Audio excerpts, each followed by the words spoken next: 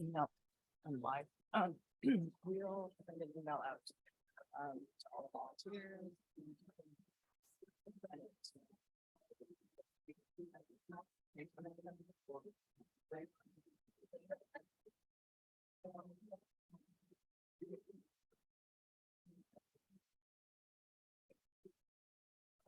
Present danger.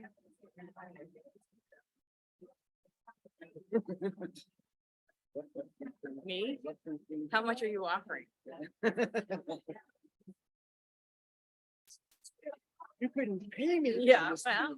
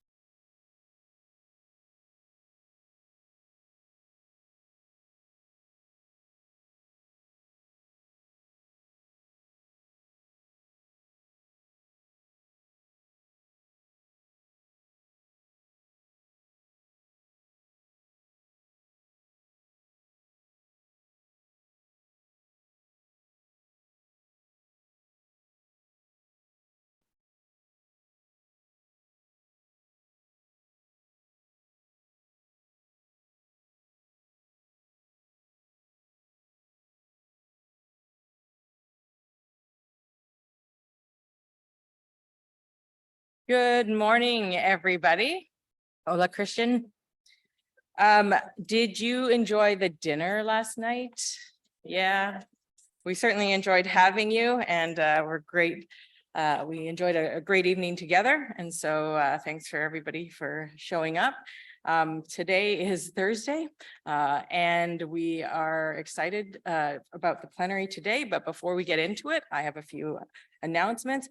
This number is even outdated because Christian tells me, and Christian is from Island Innovation, and they are lifting our online program, but he tells me this morning that there are over 2,038 virtual participants from around the world. So let's go ahead and wave to our virtual participants and welcome them to the plenary session. We're so pleased to have them joining us. And we are translating into French and Spanish. And I would like to remind you that even today we had the virtual program. How'd it go, Jan Willem? Fantastic. So join us tomorrow for the last one. And we also have the virtual networking session. Today is the last virtual networking session from 12:30 to 1. And today we'll have Aaron Salzberg and Conrad Prince joining us for the online program. So be sure to tune in if you can. And again, if you're just joining us for the first time, here is your hard copy program. And how many of you have lost it multiple times this week? Yeah, okay.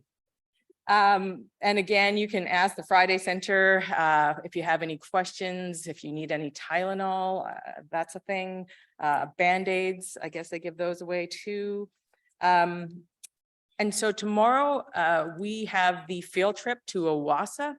The sign-up sheet is full. And so if you are planning to go on that field trip, can you meet at the front entrance, the south entrance, at 12:50 tomorrow, and we will get you loaded onto the shuttle bus and take you to the wastewater and the water treatment plant in Chapel Hill and Carborough. So be prepared to come back at 3 o'clock. What's next? And so again, we have masks available, hand sanitizer available throughout the building. Please wash your hands. And we also have overflow in the Dogwood room. So hello to all of you folks. And just a reminder that at the end of the plenary, we open up for questions. So those of you in the Dogwood, if you can come into the auditorium if you have questions and line up behind the microphones. And join us on Twitter and social media. And we would like to stay connected with you, not just throughout the conference, but through the whole year. So I would now like to introduce Dr. Barbara Evans and Ruth Sylvester, who are going to come up and make an announcement about JWASH death. Thanks, Kada. That's great. So some of you may know that the Journal of Water, Sanitation and Hygiene for Development has had a long-standing partnership with the Water Institute, which we're, oh yes, I won't turn away from the microphone. I'll gesticulate at Kada without looking at her. Long-standing relationship with the Water Institute, which is something that's really great. So following on from Jenna's presentation yesterday, just to sort of encourage particularly young researchers to please really think about getting your research out there and look at both journals and see where your work would best fit. But what we're really excited to talk about today is a special edition that's coming up. And to talk about that, I'm really, really excited and honored to introduce the guest editor for that special edition, who is Ruth Sylvester. And she's going to tell you about the work she's doing to pull together a really exciting journal edition in the spring. Ruth.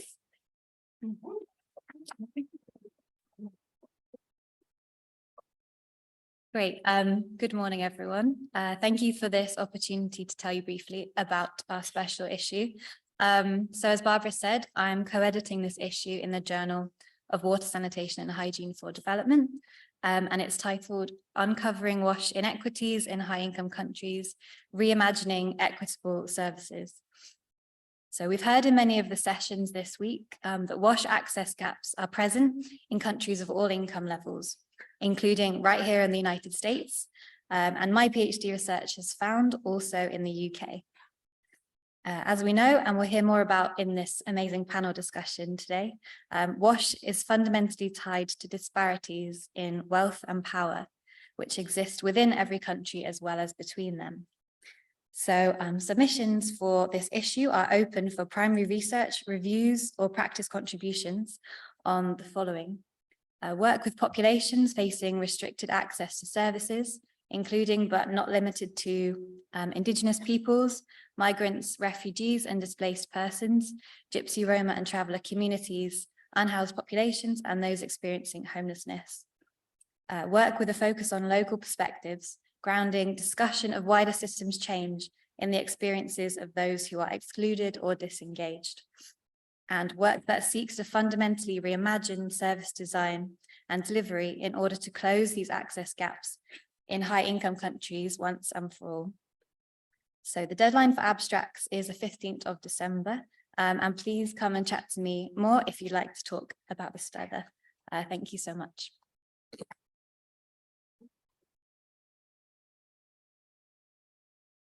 Okay, so now we're moving into the plenary session, and I'd like to bring up our moderator for the day, Ms. Tanvi Nagpal. She's a senior fellow for the Foreign Policy Institute at Johns Hopkins University.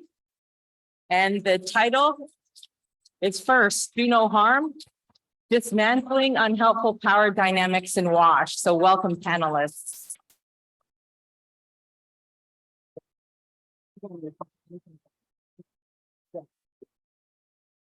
Thank you all for joining this plenary in person and virtually this morning. My name is Tanvi Nagpal. I'm honored and I'm more than a bit nervous to be here this morning. Our panel today consists of Anna Clark, journalist, ProPublica, and the author of Poison City, Flint's Water, and the American Urban Tragedy. And if you haven't read that book, please do. It's shaped a lot of how I think about water in this country. Conrad Prince, who is the Senior Director of Decolonization and Anti-Racism at SAVE in Canada. Gianna Marie Liu, who you've heard from before in the first day's panel. She's a PhD candidate in engineering at the University of Berkeley, California. And Phumeza Mlungwana, community organizer and head of strategy at the International Budget Partnership in South Africa. So please read about them in their bios, but come up to them and chat with us anytime you find us today. So what do we hope for this plenary today? We hope that this plenary will inspire and challenge you to find meaning in what you already do, but also perhaps to do things a little bit more differently.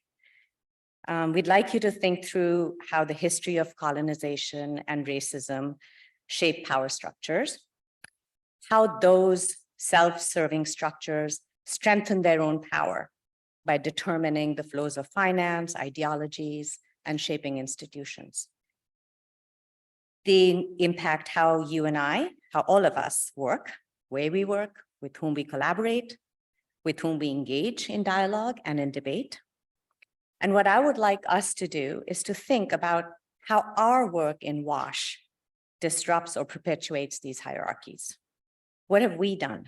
What can we do to take on structures that perpetuate inequalities in WASH, in our own organizations, in our governments, and in ourselves? Our panel is incredibly diverse. It's very impressive. It's very powerful.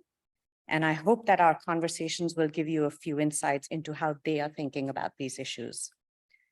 Please hold your questions till the end. And if you don't get a chance to ask them, please come up to us after the meeting.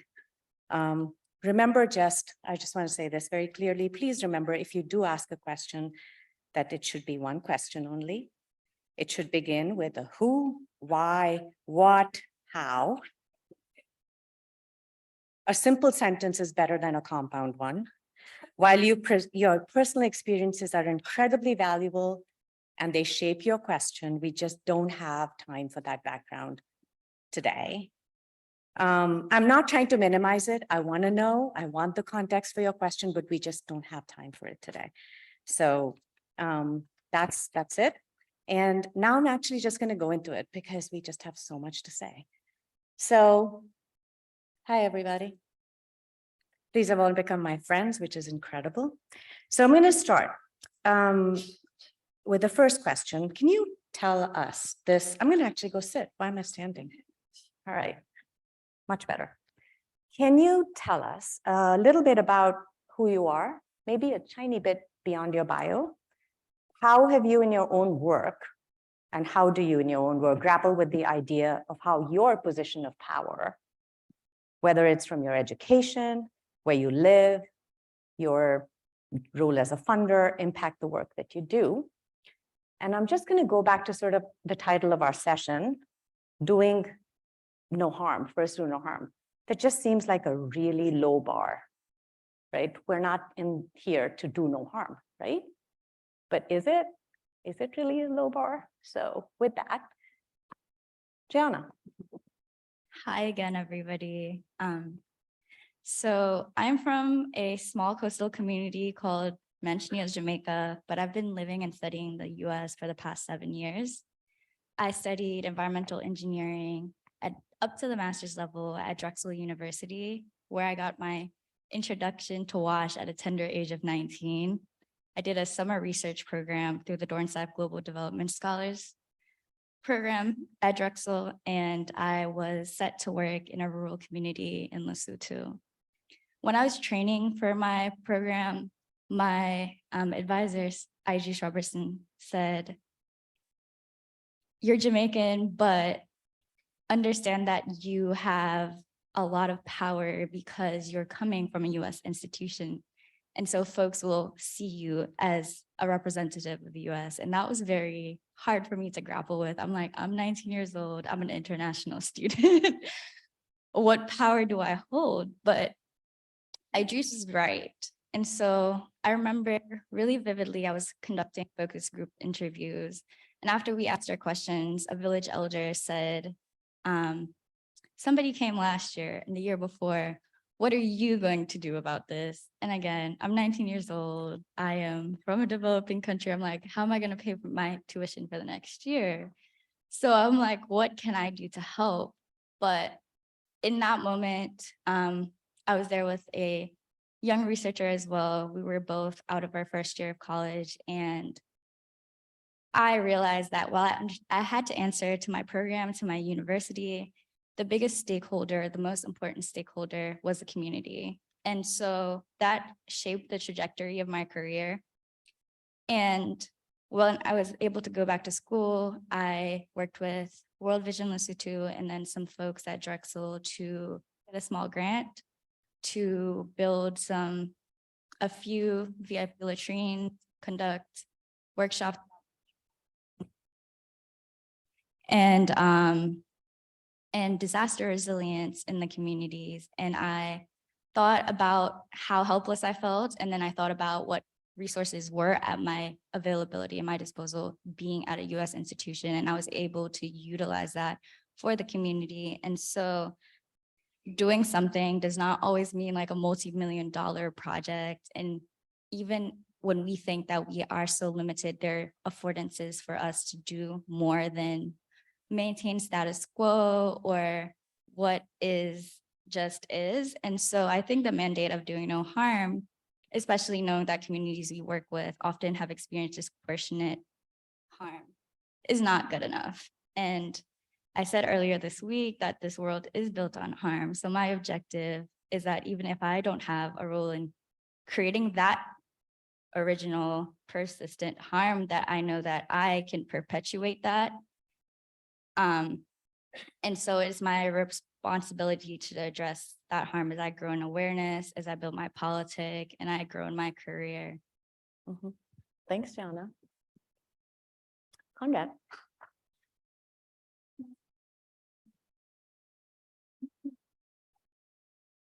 Thank you. Yeah, first off, I'd like just to acknowledge the land on which we're meeting on today, and the First Nations people here and their ancestors. I always like to acknowledge that, especially when I'm going into visiting territories.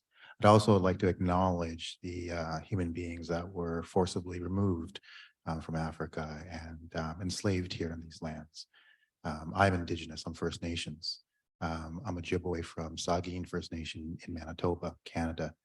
I'm a father. I'm of two beautiful children of mixed ancestry, of Nigerian ancestry and First Nations. I'm also part of this this era called the 60s group. Some of you may or may not be aware of it, but it's an era where First Nations children in Canada were forcibly removed and only placed into white families. This era came on the heels of the residential school era, of where literally hundreds of thousands of children were again forcibly removed and placed into residential schools where they were only taught certain things, but mostly taught about how demonic and savage like we actually are. I say all this because I want to give you the context of which I'm speaking from. So when we talk about colonization and decolonization, it's not an abstract reality, at least for me, and probably many of you. And it's an ongoing kind of thing and situation we have to kind of grapple and deal with. Yesterday, there was an announcement by the Federal Court of Canada announcing approval of $23 billion for the discrimination of First Nations children in Canada. Let me repeat that. $23 billion for the discrimination of First Nations children in Canada. Now that might not actually not kind of like go against what the image of Canada actually is. But then in the context of settler-based colonialism, it's right in par for what we actually are. And so my job at Save the Children, insofar as kind of decolonization and anti-racism, is to identify and disrupt and dismantle all forms, both on the individual and on a systems-like level. Save the Children's been around for 70 years.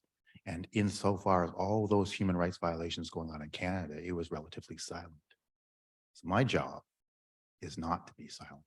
My job is to, one, in the era of reconciliation in that history, is to get Save the Children to understand now its new formative role in reconciling that relationship with Indigenous people.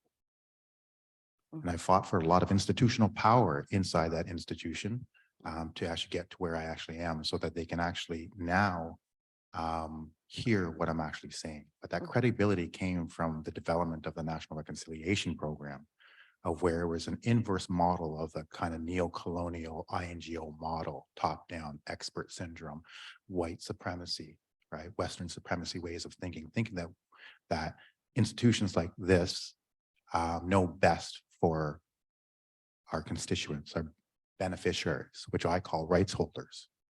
And so we actually talk about this do no harm principle in the context of ongoing colonial violence. So I don't even think you can actually effectively achieve it when we actually are probably most likely actively participating in it, consciously or unconsciously.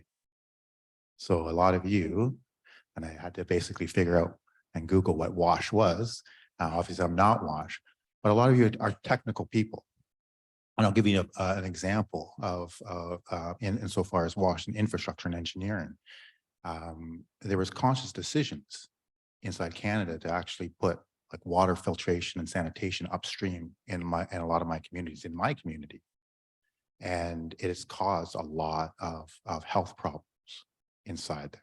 But our municipalities or towns right next to us had their water filtration downstream. And that's not by chance. That was by purpose and intent. So I'll leave it at that, but that's the context of which I'll be speaking to you more about on the do no harm principle and the shift in power. Thank you.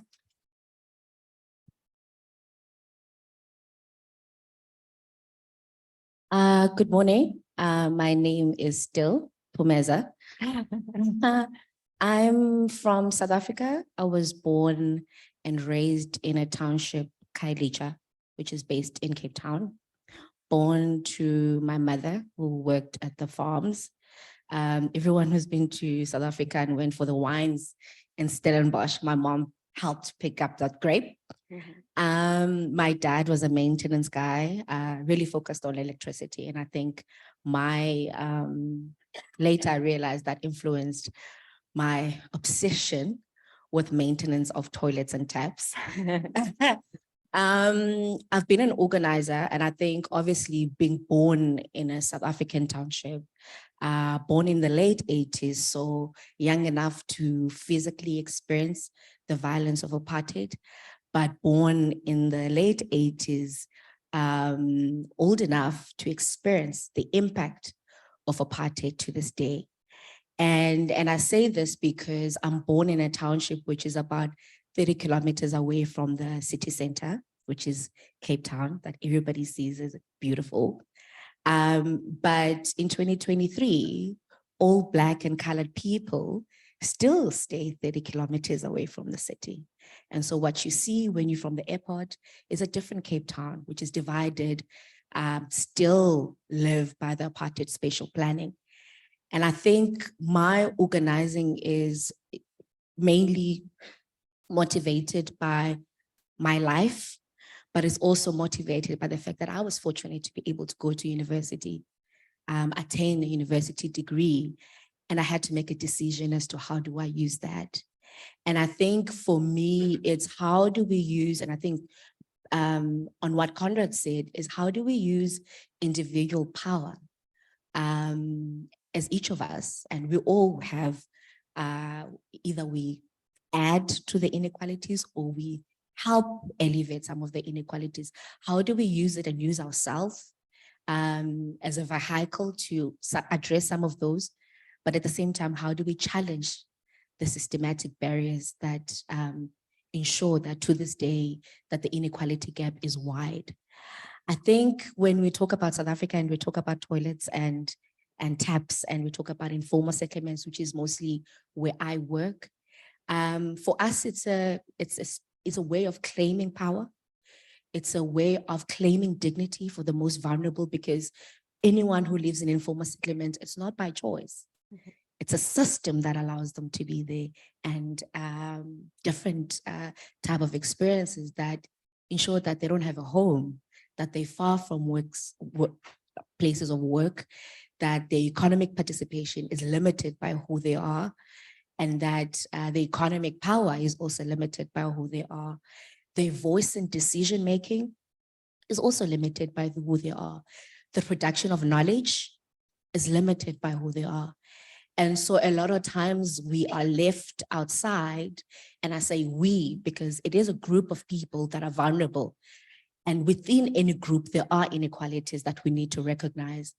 But I think when we're talking about basic services, which I'm hoping to talk about a bit later today, it's that, yes, South Africa might have democracy, but the fact that there are people today that don't have adequate access to water, adequate access to tap, should highlight a significant problem. Mhm. Where are we doing something wrong?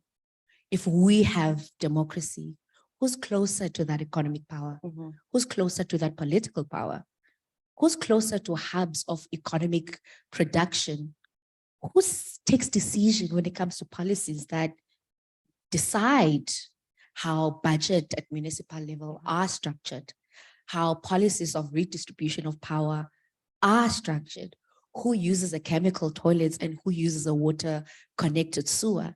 And I think we all have a responsibility as individuals, and I think also as scholars in the room, because we have a power as scholars in the room where policymakers listen to the research that we produce. So how we pitch that becomes very important for us not to produce more harm, but our research to actually contribute to solutions that a lot of vulnerable communities are relying on us to be able to drive. And so I'm hoping today we can unpack some of that and we can share some examples about how we do that. Yes, we're not going to do it overnight, but we need to start peeling all those different layers of addressing inequalities. We need to start peeling all those different layers to find systematic solutions. Providing water in a water truck today doesn't address the systematic questions. How do I make sure that the next person who is vulnerable in the community uses the same source of water that a rich person uses? Thank you. Yes, it's not about race, but unfortunately, the face of inequality has a racial face to it. And I think that's the systematic solutions we need to find. Yes, there are areas that need emergency response. We need to do that and make sure that everybody has a toilet. They can wake up at night and go use a functioning toilet. They won't be raped because they're going to a toilet. There won't be health issues that are added onto it. But until we all accept that by providing basic services to the most vulnerable in society, we're not only improving the health inequalities, but we're improving their dignity, their right to life, and their claim to the constitutional powers that most of our countries aspire to. And also by providing the most basic services, we're saving a lot of money from health, safety, and other things. And so I'm hoping that's what we can unpack. It's not to say one person has much more role than the other, but I think we all have a role at an individual level, but also at institutional level to try and address Thank a you. lot of inequalities Thank you, that Phumeza. continue to be Thanks. perpetrated on a daily basis. Thank you. Thanks, Phumeza.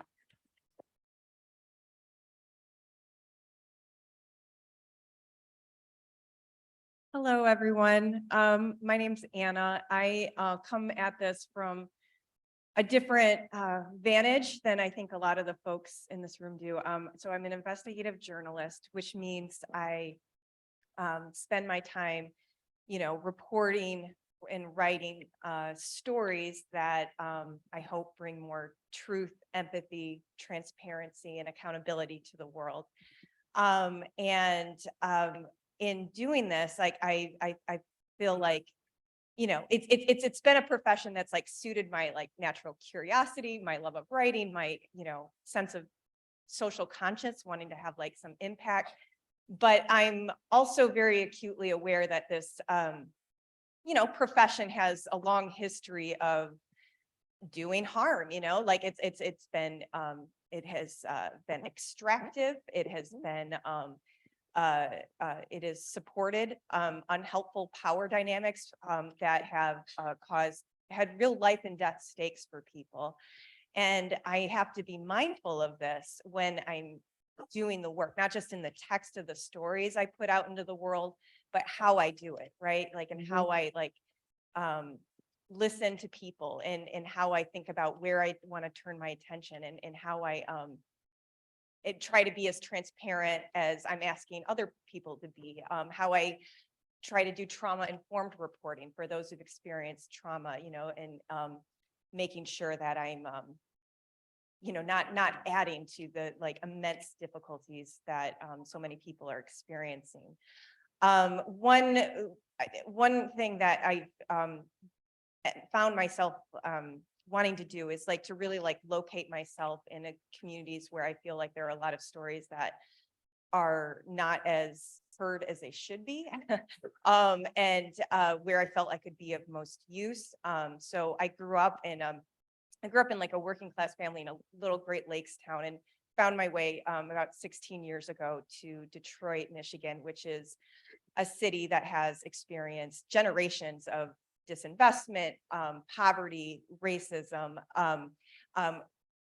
and crumbling infrastructure.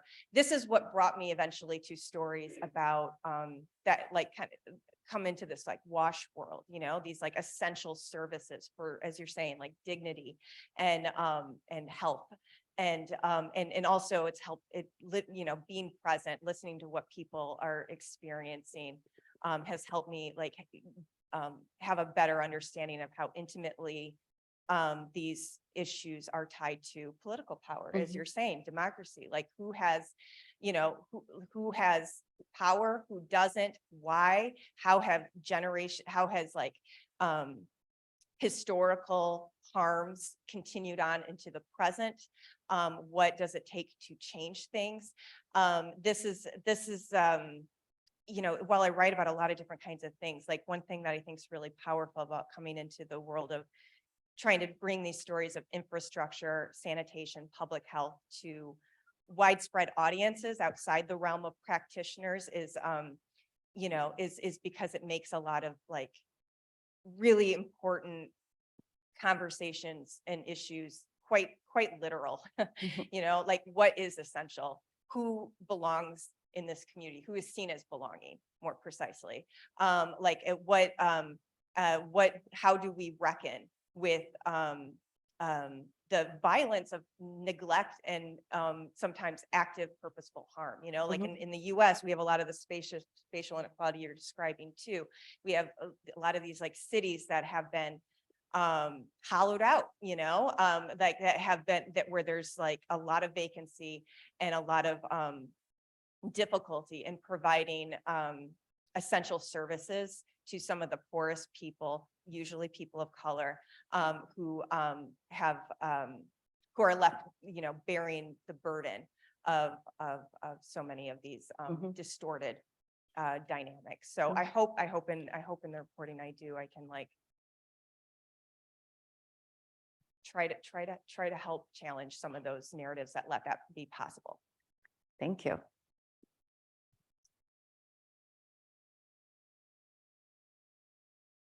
So you get a sense of the diversity on this panel, and I just want to tie our conversation here back to the things we've been discussing for the last 3 days. Panels on day 1 and day 3 all reflected on inequality and power. Barbara reflected on it. I mean, we've talked about this. We've almost ended almost every discussion on that issue. And how those power imbalances are preventing us from asking the right questions, from framing the debates in a relevant way. Even yesterday's panel, who holds whom accountable for commitments that they make, right? I can't hold the government of Ghana accountable for its commitment. Only Ghanaians can hold the government of Ghana accountable for their commitments. And even there, which Ghanaians hold the government of Ghana responsible, right? And institutional transformation, which is what we're trying to get at, is very hard. It's hard. It's not easy. Otherwise, maybe perhaps we would have done it. Perhaps, although I'm not sure. So I just want to sit down and talk a little bit about hard choices, because decolonization and institutional transformation is about breaking things, right? It's about breaking structures, and sometimes an easy alternative is not readily available or presents itself because we lack imagination.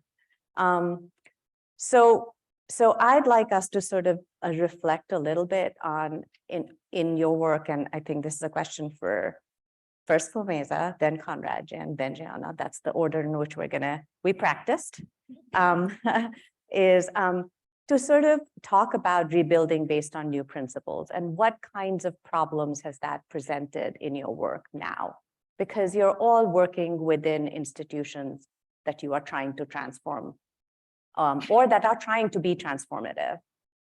And when you are breaking this, how do you create a space and a community that can support you in the reimagining and the remaking? Because you're clearly not doing it alone. So, Phumeza, do you want to start? But only 2 minutes, everybody, all of my speakers, remember? So I work for International Budget Partnership. in South Africa, and we lead a campaign called Asivikelane. Anyone who understands isiZulu, Asivikelane means let's protect each other. It's all our role to change the outlook of our society. The campaign is made up of 12 different community organizations. So these are organizations already organizing on human rights issues around land, upgrading, health, unemployment, and a lot of other socioeconomic issues. Because if you don't have a toilet, chances are you don't have a job, or you're far off from the city center. So I think all of us understand the context in the room. And at the heart of the campaign, and we work in all the big metropolitan municipalities. So we've got 8 metros in the city in Cape Town. They receive a large sum of our grants and the money that government has. And the way the campaign is structured, and I think this is again a claiming of power and space, we collect real-time data from communities. We've got a couple of researchers. They're not doing the research. They help the communities clean out how they want to ask the question. So people would say, we want to show how women are impacted by access to sanitation, or we want to show who has access to water and who doesn't, where are the gaps. We collect that data from residents themselves, and it's collected by residents themselves.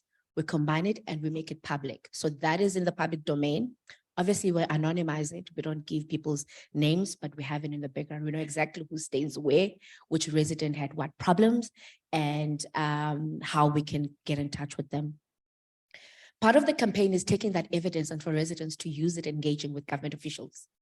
They go to the government officials that are responsible for their cities, for their settlements, to say, we would like these services, so which is at a service level, but they also use that evidence in contributing to budget decisions. So when local government discusses the priorities for municipalities, by law, they're expected to involve public participation. And so residents go through that process to say, these are where the issues are. This is how we'd like you to invest the money or to spend the money that's in your budget. So this is not new resources, it's also targeting existing resources.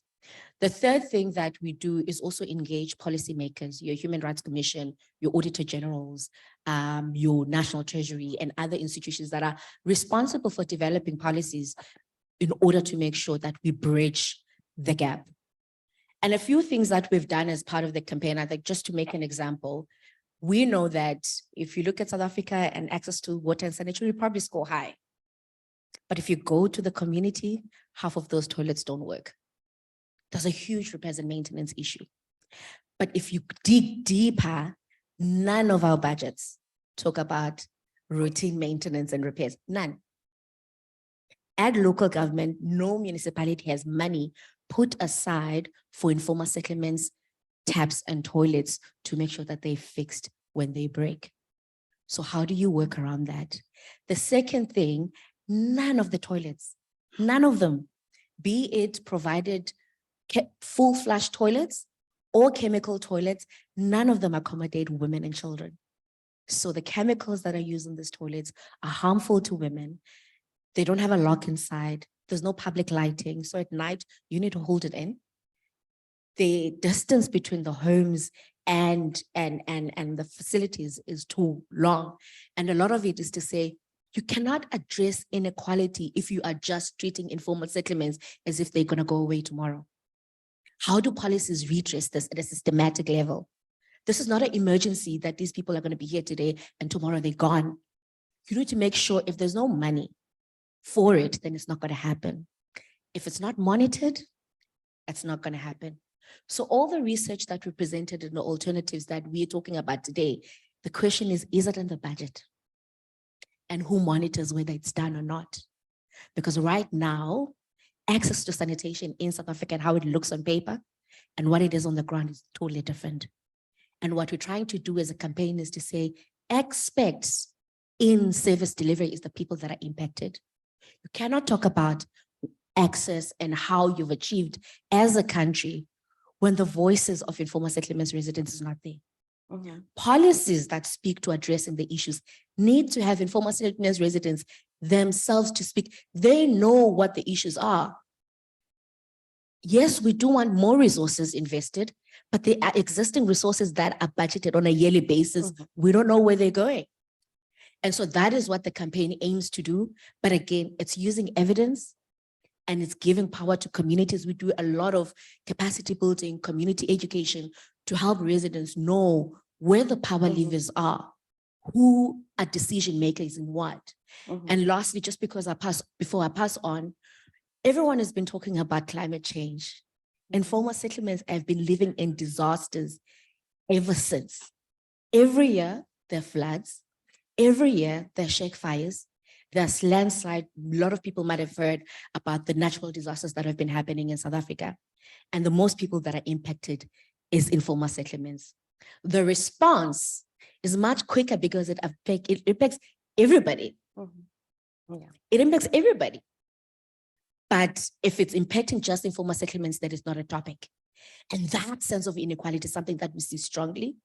And who drives the agenda is something that we see strongly. And we are about claiming that space and saying, you're going to budget this properly, but you're also going to account to the people that are beneficiaries, which is not by chance, because they are part of the community. And so we're doing a lot of creative ways of finding sustainable ways of managing waste in informal settlements without putting blame on people that are living in informal settlements as if they're doing illegal dumping, whereas we are all producers of waste. And because actually they don't have much, they might not be producing waste much more than everybody that has. So I think these are inequalities that we need to break in systems and money, but in how we do things. And who produces knowledge and how do we acknowledge ordinary citizens in that production of knowledge is very important.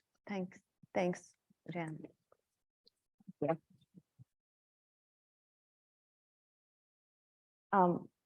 Conrad, just, I want to say it again. My question was, what's been the hardest thing to break and remake? Culture. The culture of the organization.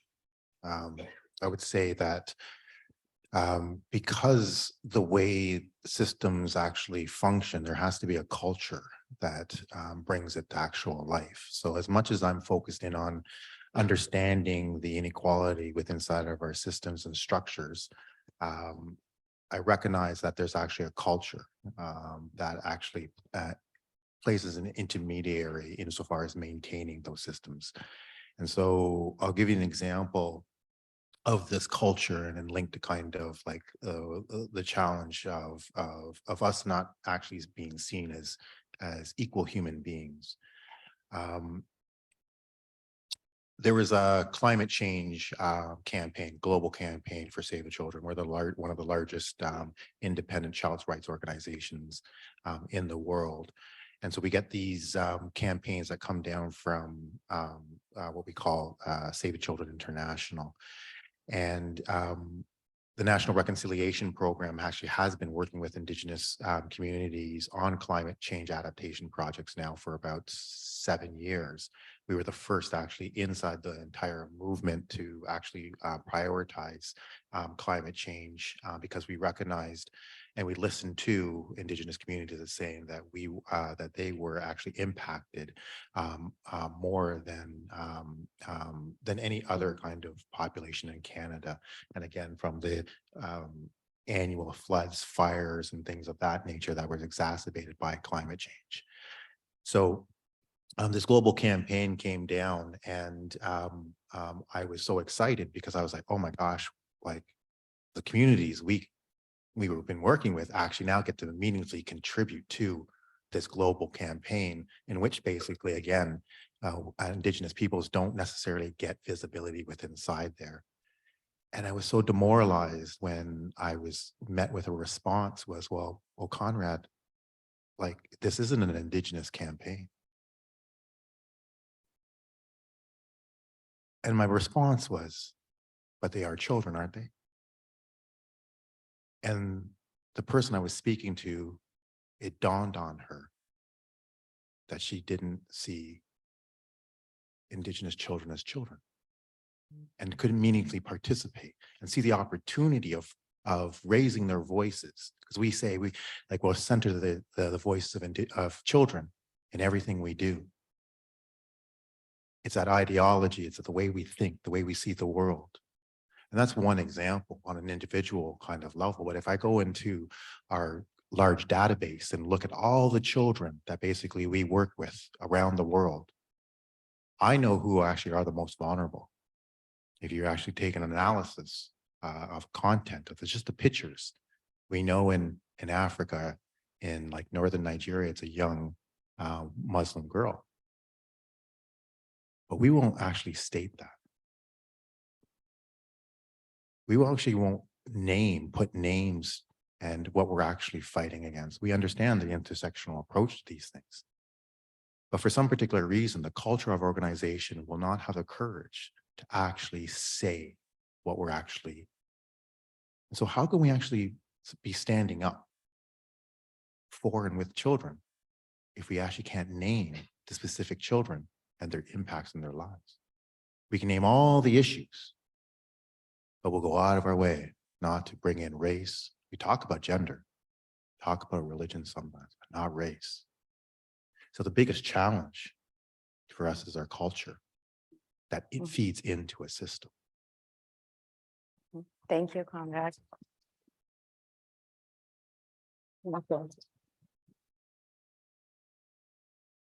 And just to follow up, Gianna, perhaps you could, I mean, every place has its own culture. You're at a university. Universities have some strange culture out there.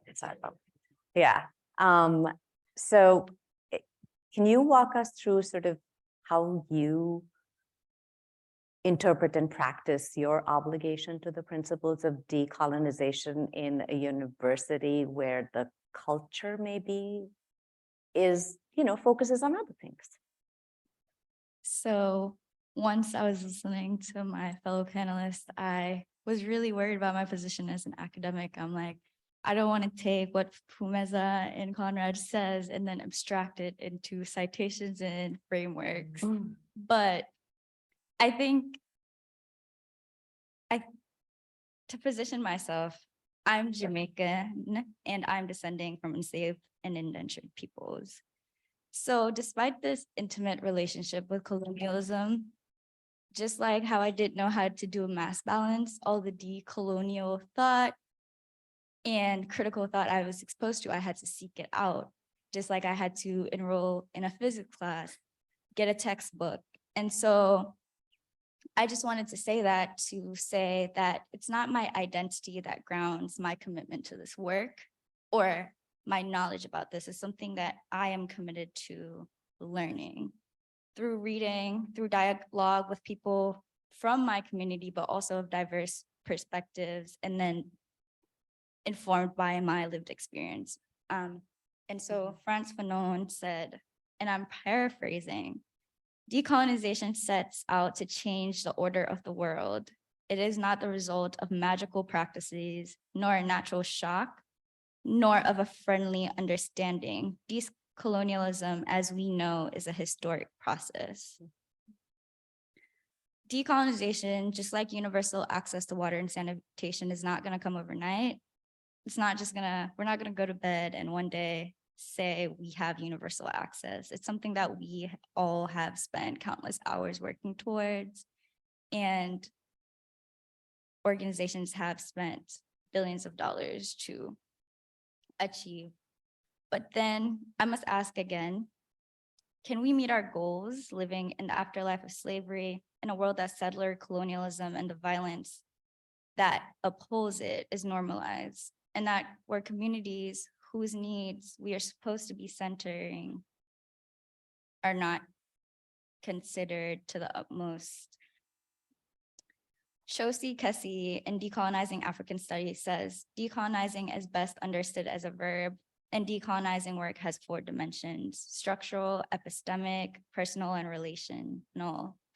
And so I'm gonna explain a little bit about what this means, hoping to make the abstract a little bit more explicit.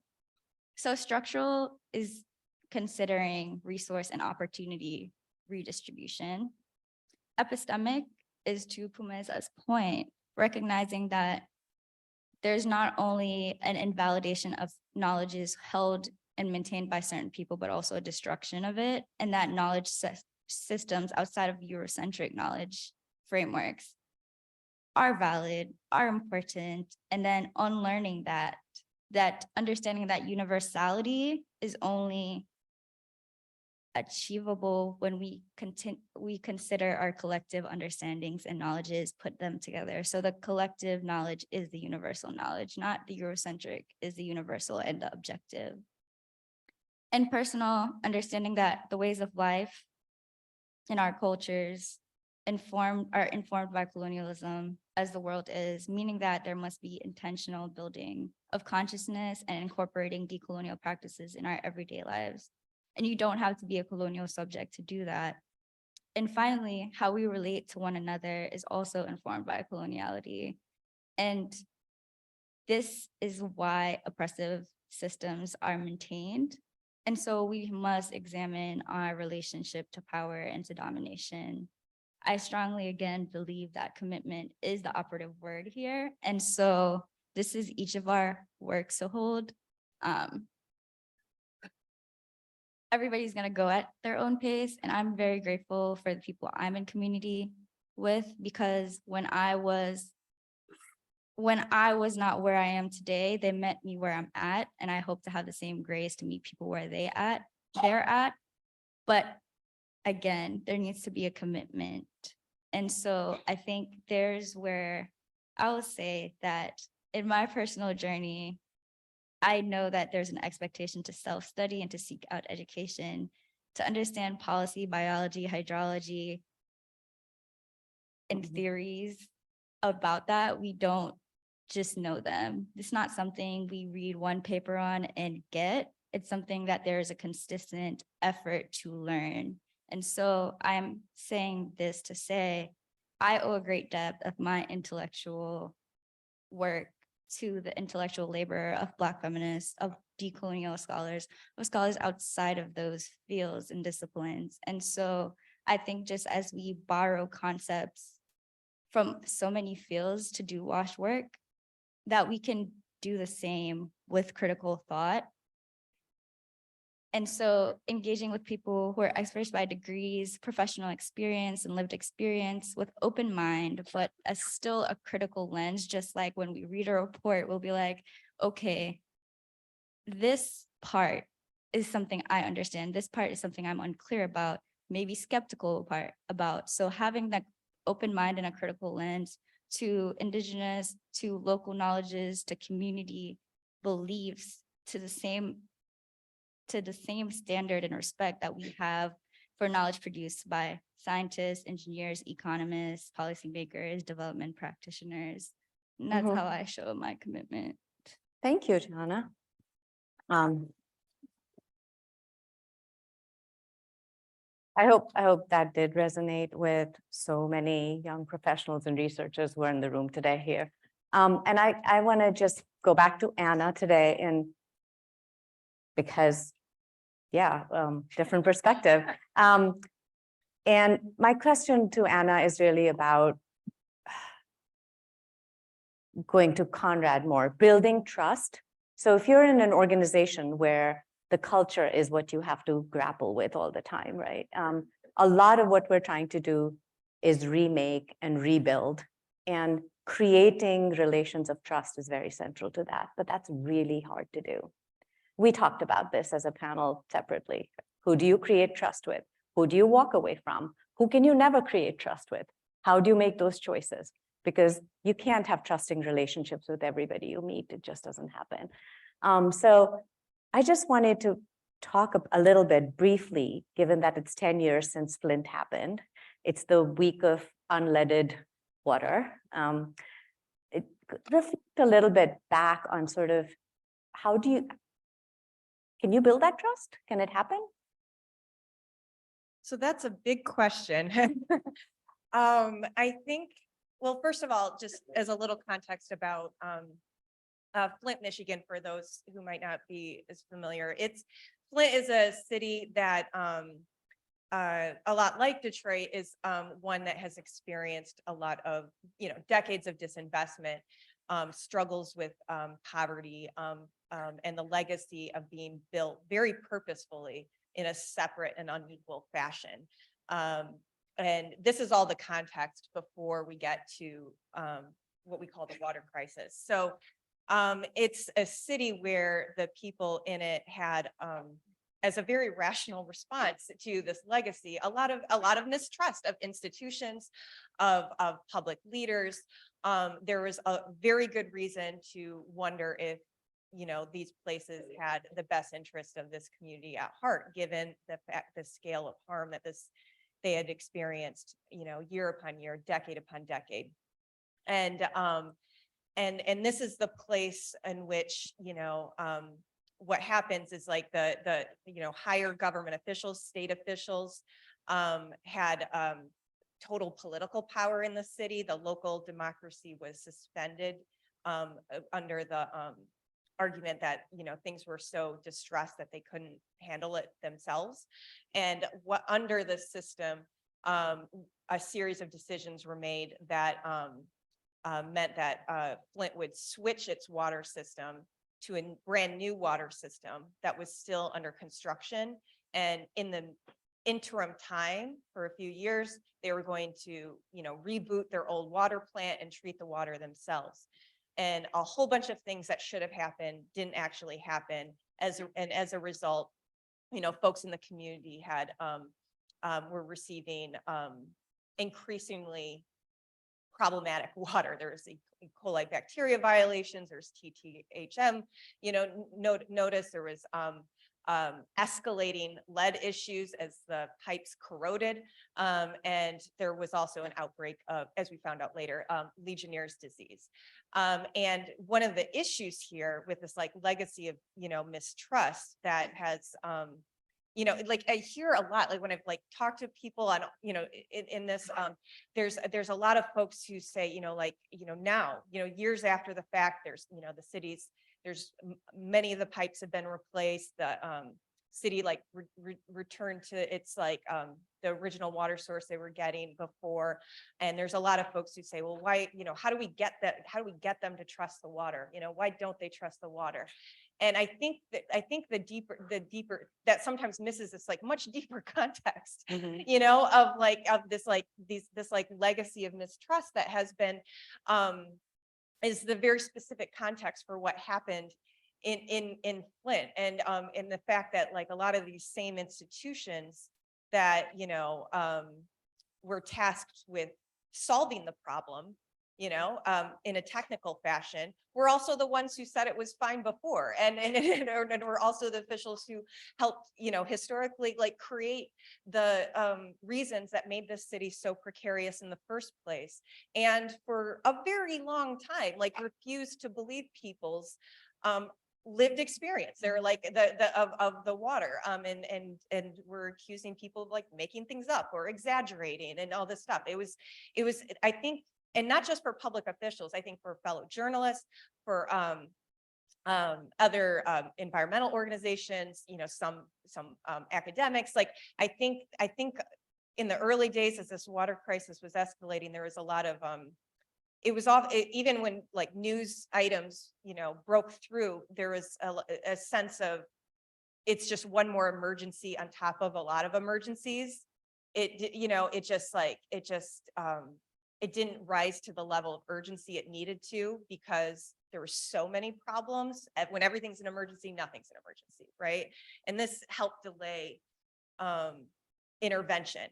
So to bring us, you know, now, like when we talk about trust, it was like, it's been a generational story. And I think it will be a generational story to rebuild that trust, and specifically to earn it. Like, I think there's a lot of like, how do we get them to trust us, as opposed to how do I be worthy of that trust, you know? And I think that might be a more useful framework of doing things well over time, and, you know, in an inclusive and effective manner, and showing it with your actions, Right. really. Right. So that trust is not going to come just because the water is now clean.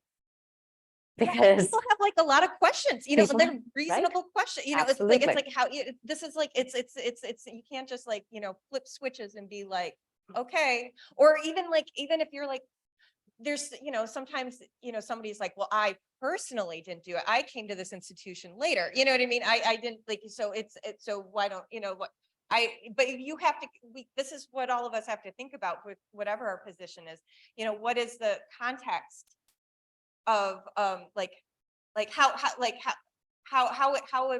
am I, what are the power dynamics of Correct. my position Right. when I enter these conversations, when I enter this community, because that has a lot. Right. That comes up. a lot. Well, people often say in politics, where you sit is where you stand, right? So, I mean, I think that goes back to that. And I think this is going to actually, I'm right on time, bring us to our very last sort of set of questions for our speakers here. And just to acknowledge, for many reasons, and I'm sure some of you are thinking this yourself, this is an incredibly strange setting to discuss the decolonization of power. It's very ivory tower. It's all of you who are all brilliant researchers, you know, you're like, well, what does this have to do with me? What do you want me to do with this discussion? So what I want all of us to do is to address this discomfort. Like, how do we invite everyone to a discussion, understanding that some people, even in this room, are very uncomfortable being a part of it, or might be very uncomfortable carrying it on. How do we engage in debate that's constructive and allows differences to be heard without shutting people out? Especially people who hold power and hold resources.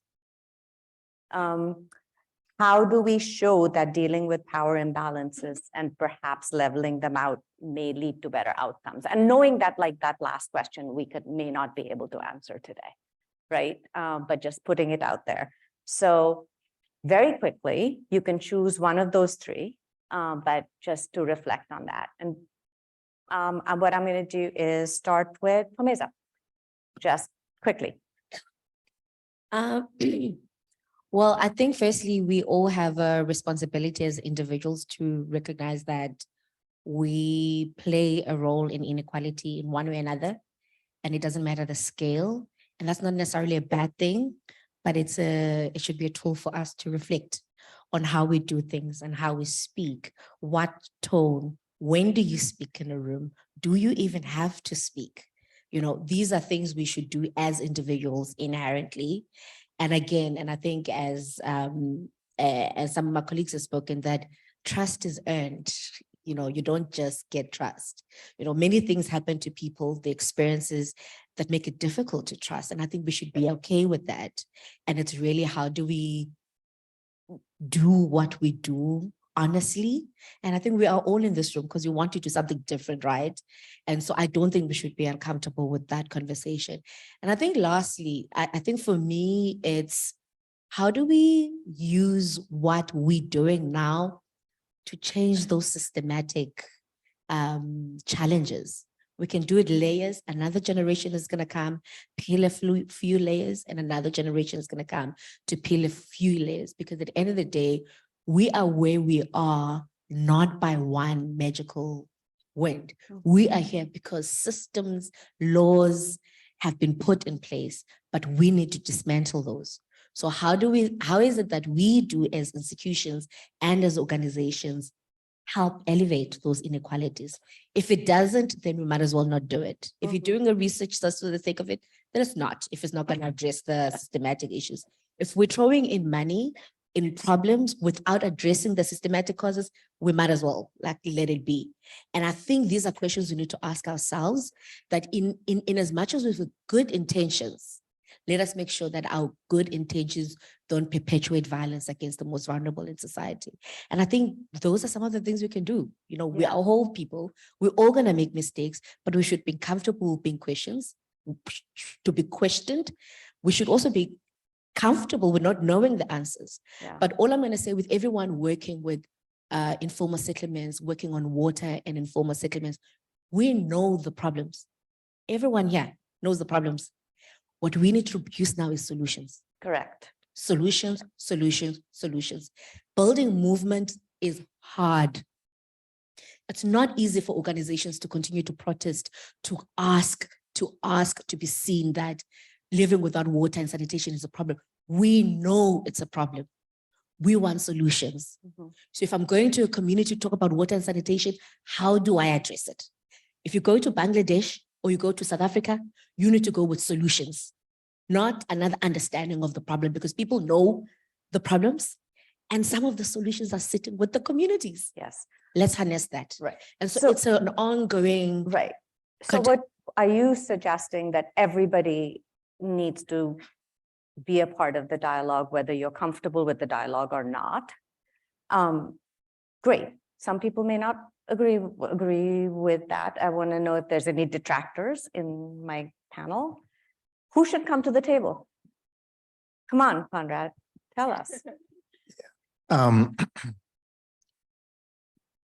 I think actually coming with solutions and not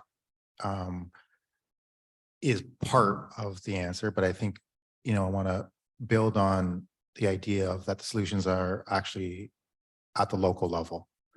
And we need to see ourselves as technicians, and or how I like to explain is that we're very sophisticated tools, and we teach partners and community actually how to use us. And from a rights-based approach, then they can make a free and informed, decision on whether to basically pick us up and use us academically, or as water engineers, or however we actually might be. But I'm not convinced that, again, when I think about kind of just decolonization and just how messy it actually is on all those systemic kind of levels, individual, intermediate, and at the ecological level, it's messy work and it's not straightforward work. But I also want you to walk away that there's pathways, not just one universal way of actually going to do this work, right? The penny dropped for us inside the INGO sector, and specifically in Save Children, when I kind of said to our CEO and president, saying, I'm not understanding why there's such a big resistance to decolonization. And I said, if colonization was the subjugation, the dehumanization of human beings, then decolonization, on the other hand, would basically be the rehumanization, the dignifying and the valuing of them. And why would we, as an organization that deals with human beings, then not go and do that work? So any institution, I would say, that isn't at least understanding that, or if you go walk away about understanding that dynamic between colonization and decolonization, and it's just the rehumanization of people, of human beings. And shouldn't we all be in that business? And so for us, that's where we've really kind of now recommitted to that. But we've also used our power, understanding that there are individuals just not ready to do that work. And there's just a finite amount of energy for us to actually do that, meaning that I'm not just there to basically kind of, to bring in people, especially neoliberal people, that because that can be very dangerous, right? They have to be ready. And if you're not ready, that's okay. We'll wait for you. But my work is to create a critical mass of individuals that can think within a decolonizing mind, anti-colonial, so then we can have a fighting chance of then reconstructing, re-engineering, transforming what we actually have to do. I don't know what the future looks like. I'd be remiss if I told you I did. But I do know that through collectiveness of consciousness, if we're all thinking in the same way or similarly, we at least have a fighting chance of reconstructing what the future looks like. Thank you. Thanks. Rihanna.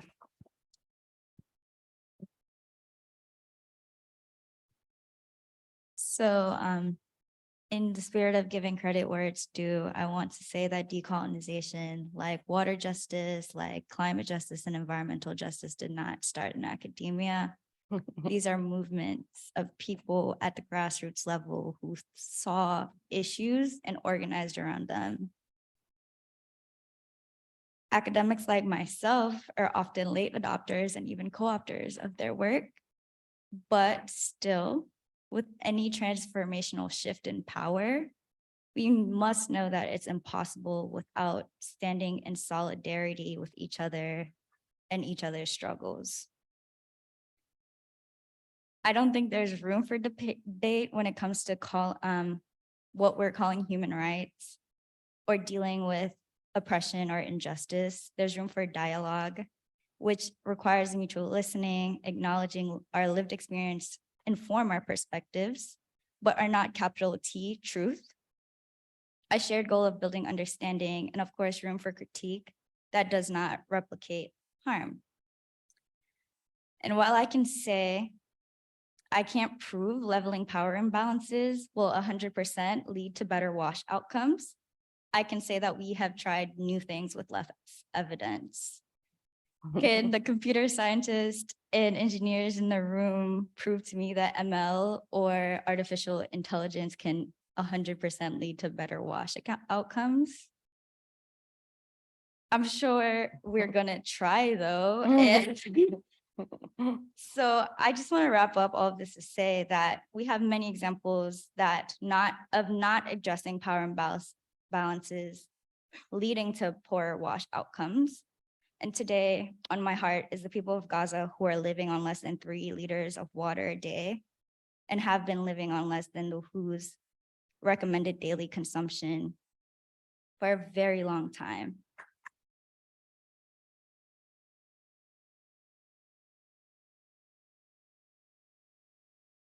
So this conversation is about decoloniality, about water and health. And regardless of our political affiliations in this field at a water and health conference, at the very least, I think we must be able to agree that no group of people deserve to live in water insecurity and continuous conflict, to be oppressed, to experience premature death from interpersonal or structural violence. And I'm believing that I deserve the human right to peace, to healthy environment, to safe drinking water and sanitation. And in Jamaican patois, I will say, nobody no more than me, which means nobody's worth more than I am. And I will say the inverse, that me no more than nobody, which means I'm not worth more than anyone. And so the rights I want for myself are the rights that I believe should be afforded to all of us. Thank you.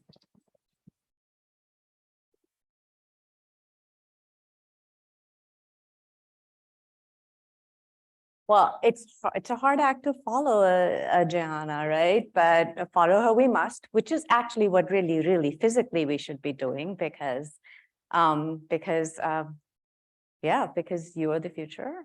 All of us are the future. But Anna, you have words. I believe you. I'll just be brief. I say that, like, I think that a few things that I've loved about the practice of journalism is that it's really a practice of listening.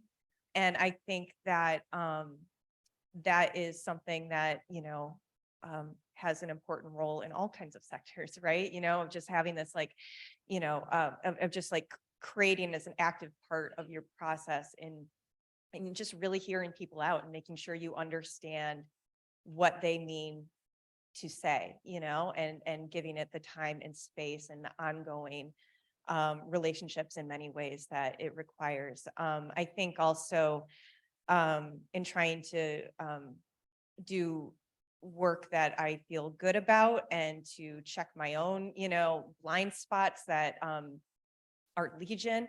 I think that it's been really important to, just be in a stakeholder in the kind of a community that I'm writing about, so that I can not just in so that these conversations aren't just like in like quote unquote professional contexts, right?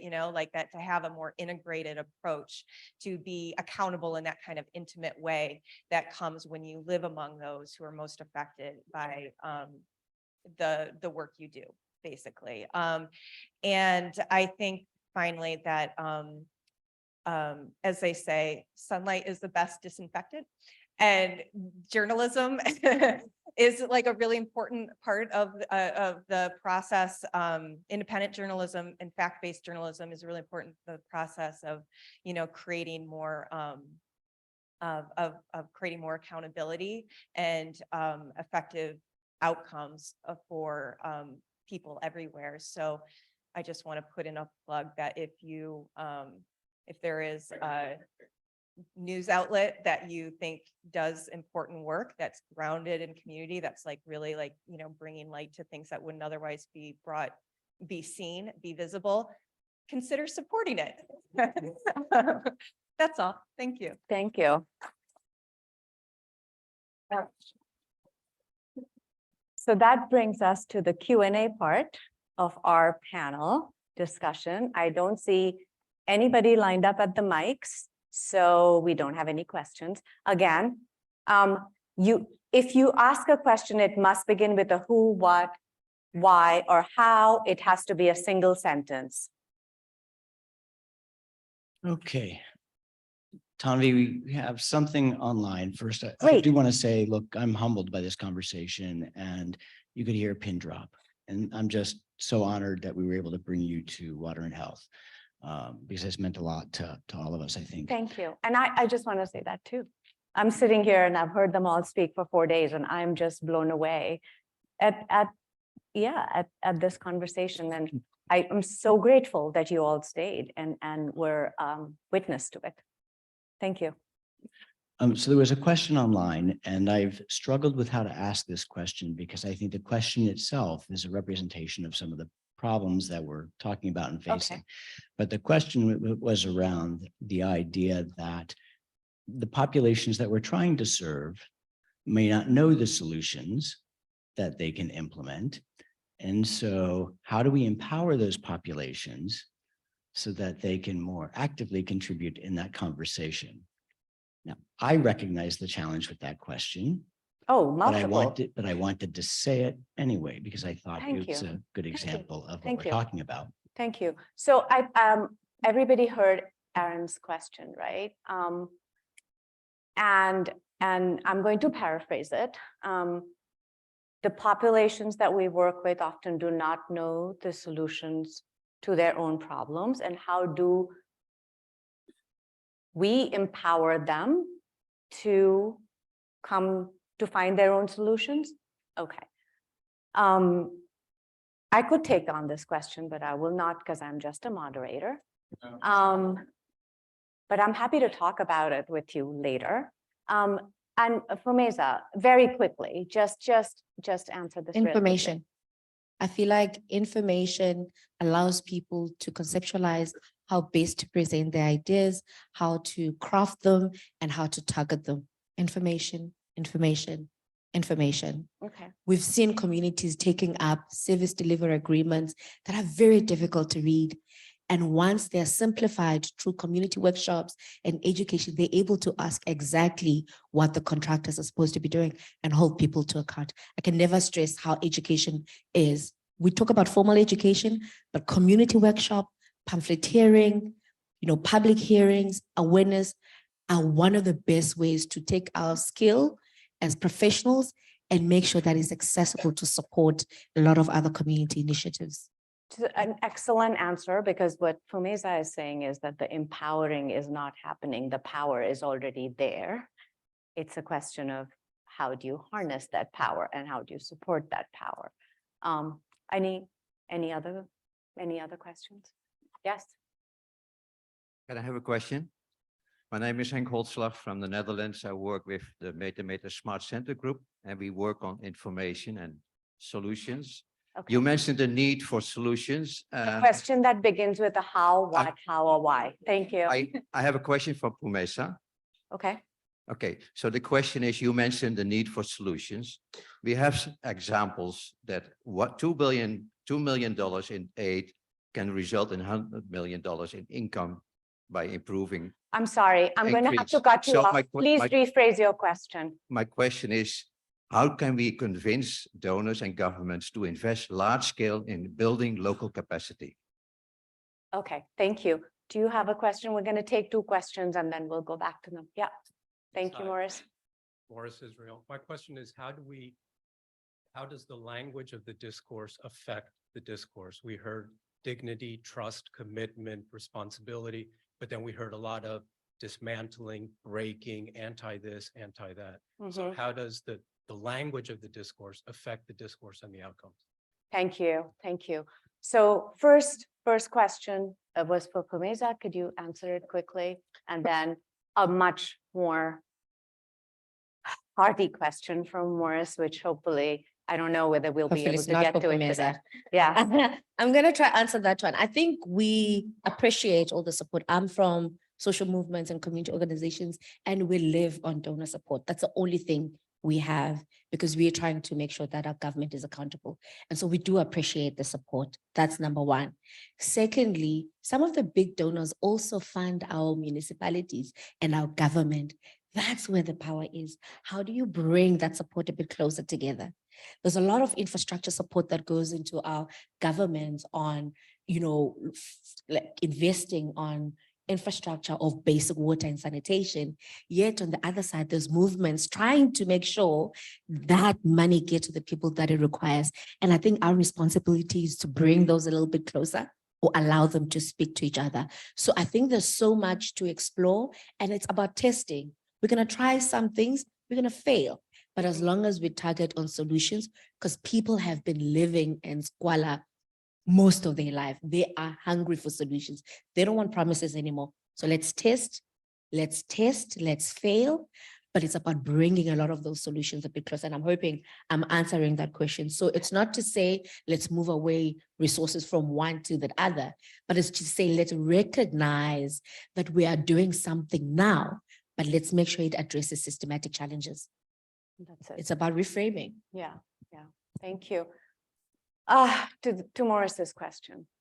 Discordant, destructive, re-breaking, trust, lots of adjectives, lots of verbs that are not necessarily easy in one phrase.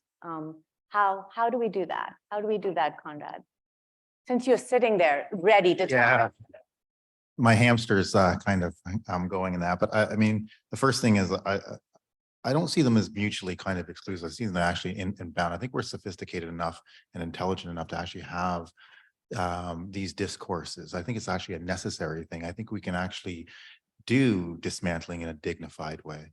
I think in a respectful, kind way, right? I mean, like, I would say that you can't necessarily have this binary way of thinking about, like, if we need to like disrupt and dismantle, that's a wholesale destruction of something. And then on the one hand, we're talking about kind of either like respect and dignity and value within inside there. I think the way that I have brought it to say, well, where we're actually doing kind of meaningful kind of learning, unlearning, and then relearning aspects of it is understanding that it actually is in and out of itself. We're socialized.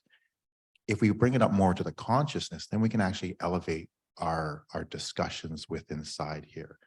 And again, I think it's problematic, or I think we find ourselves in a conundrum if we start to dismantle before we even have an imagination of understanding what the futures looks like. That's actually doing more harm. So that's what I'm not conveying that in actuality. It's like salt and pepper. I leave everything on the table, even dismantling, but there's an order to things, right? And so would be conveying, saying, let's try to see the world differently. And if we can see the world differently, then masses will follow. We will basically be able to reconstruct something or re-engineer it. And if it needs dismantling, then we'll have the ability to dismantle it. We can do it in a very kind way. Decolonization work is very personal, right? It's a very personal kind of thing.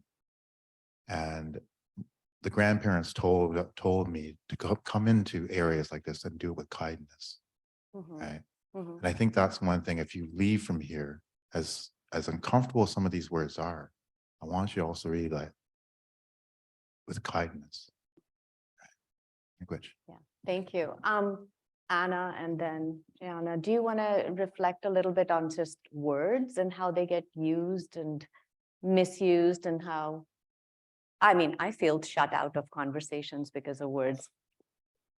That's true. I mean, it is true. I mean, words are powerful, right? This is, I mean, I guess, I've kind of like devoted my life to that belief, you know? But it comes, and I think that's a really interesting question to think about, like how to reconcile the different kinds of language that sometimes come up in this realm. I think like the thing that I was thinking of was it's interesting because it's analogous to what you're saying, Conrad, about like being aware of like solutions, you know, and possibility and imagination, you know, beyond the things that are destroyed, you know, that need to be destroyed. And I think of that sometimes, you know, with journalism that I've been really frustrated with, that I think like contributes to harm. A lot of it, you know, might document very real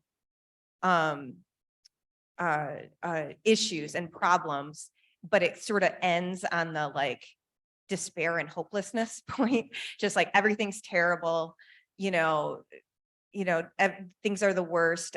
There's a phrase that has been, that sometimes comes up in certain places in the US called ruin porn, you know, just like, it's just like everything's the worst, you know?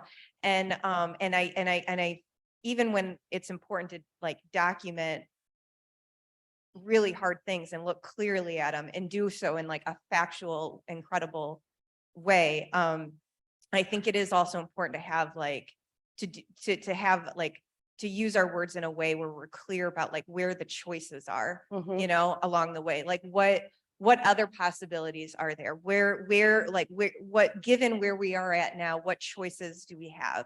Like how do we, to just like, to not tell these stories as if they're like, just, you know, passive and An inevitable. alternate framing. Yeah, like, perhaps. because it's, and that's not just like as like a rhetorical tool. It's just true. Like Right. like things do change. They Right. can change. It's Right. just, that is a fact, Right. you know, like and Right. it's not just there.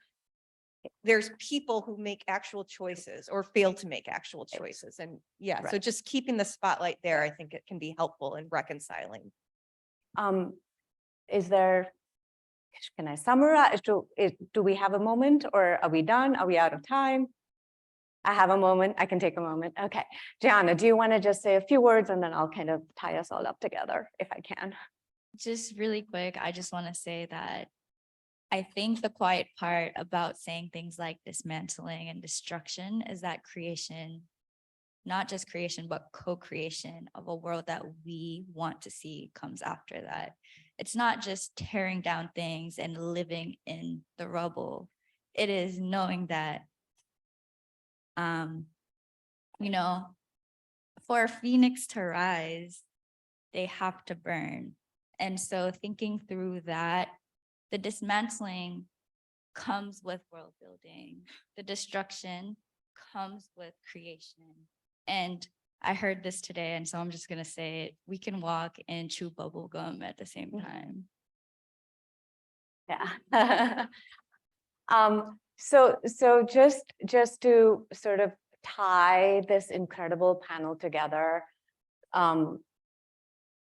if there's something that perhaps you can walk away from this panel with today, and perhaps we're still thinking about and digesting all the amazing things that our panelists have told us, is the issue of choice in inequality, that the structures of inequality that we confront were created through history and by choice, and they remain there by choice because it is our history of human beings, and we are all there. We made those choices.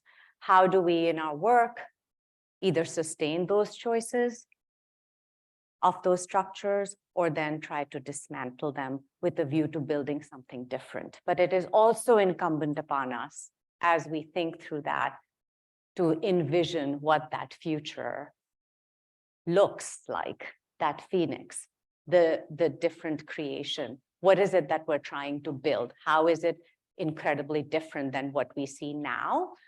And really, just importantly, understand that our place in that future may not be as comfortable as it is today.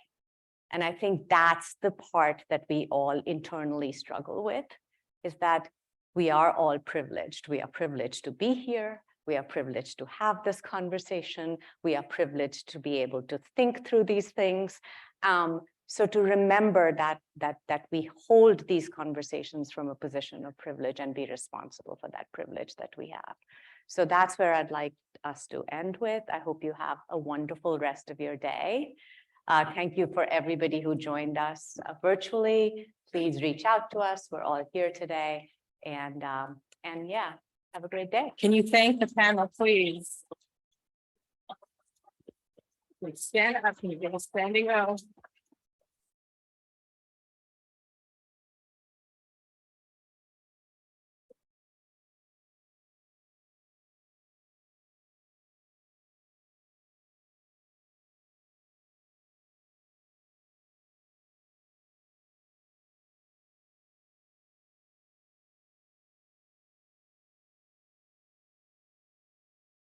Thank you to our panelists and to our moderator. Fantastic. And to each of you for staying.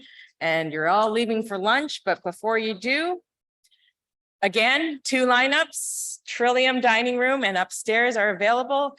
Also, there are lunch series, and so the young professionals will be in the lounge. Go get your lunch and take it to the rooms. Come back for the afternoon events. This is the last day of full programming. And join us tomorrow for the plenary with Sarosh Jha.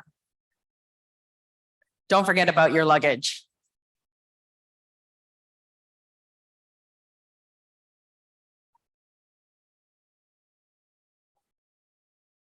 Yeah, well, they're all like, yeah.